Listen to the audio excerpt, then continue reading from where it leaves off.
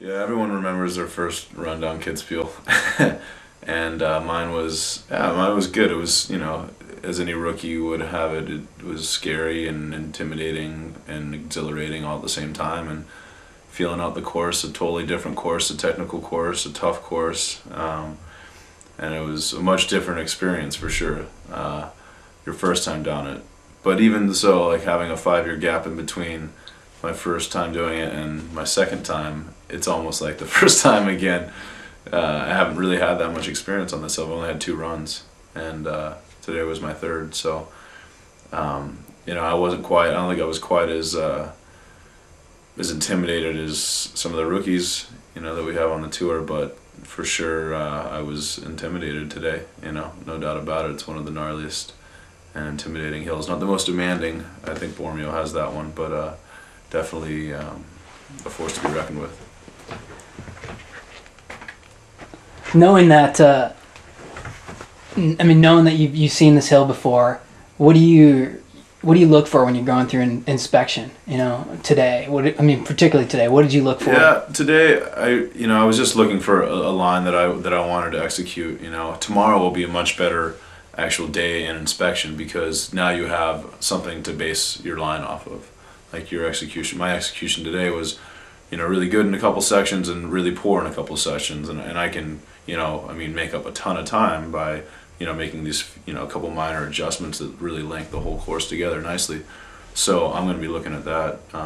Specifically the carousel turn for me tomorrow. I made about 7 turns in that one turn today. I was on it, off it, on it, sliding, off it, on it again, and just totally redirected the ski at the last second and lost all my speed.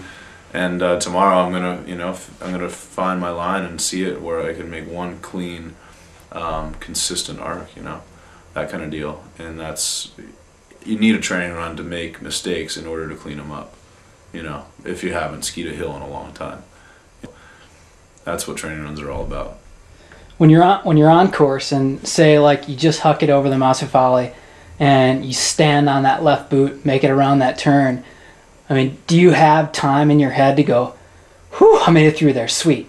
No, because you got the Steilhang coming up. You don't have time to breathe until you pass the Steilhang. That's like, that's the most intense, it's the most intense 30, 40 seconds of skiing out there. You hit the Massafali, you come into that compression, the huge left footer, that huge carousel turn into the Steilhang, and then the Steilhang is so unforgiving, you can't let up there. And then after that, you drop onto the road where you see everyone getting really close to that fence, or sometimes guys are skiing off the fence like Bodie did last year.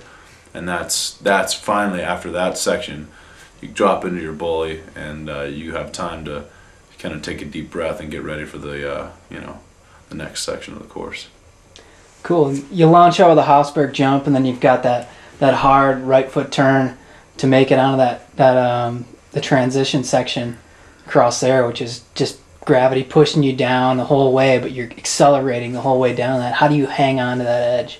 Yeah, it's really important coming off that jump. You go and kind of come under that Red Bull arch there, and we've been looking at past videos of some of the guys that have won this race, and even if they come off that jump kind of in the back seat, they make this really great positive transition to the front of the boot and just get on the front of that ski and direct it around so you're close to the blue line where it drops off under that side hill. And if you don't get that direction, then you get pushed super low because all the gravity is forcing you towards the A-net. It's just wanting you to go down to the A-net, so you have to resist that. And that, if you do that and you do it well and clean, then you carry all your speed to the finish and you're super fast. For you today, getting down to the finish, crossing that line, and knowing it's been a long time since you've been here, but you did it no problem. What does it feel like? It feels great. I think for me the biggest victory was to come here and face this hill again. I haven't been here in 5 years, and the last couple of years I wouldn't have been ready for it. And this year I just feel so excited to be able to throw it down and feel comfortable doing it, and looking forward to doing it a lot faster on Saturday. You see all the young guys too, the guys kind of going through similar things in one way or in another way, not the same, but taking this thing down for the first time and having a great time. Is that encouraging for you to see? Oh yeah, it's great. I saw Fisher almost go into the net on the finish, or just before the finish shush there, and but he still was laughing and smiling. He was doing fine. You know, he made a classic mistake in that part, and you know, you learn from that.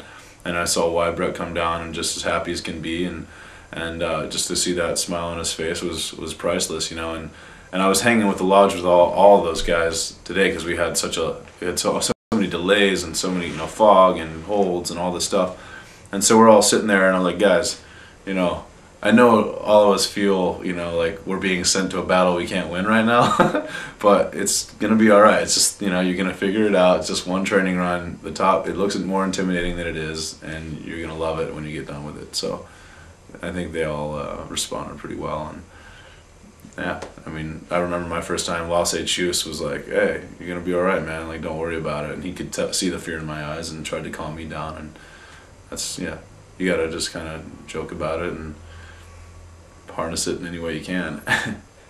Last question is, just being in the scene of Kitzbuehel, I mean, we haven't talked about this yet, but you've got the race, which is a whole thing into itself, but then outside of the race, Kitzbuehel is just an enormous celebration, an enormous party. There's 60,000 people everywhere.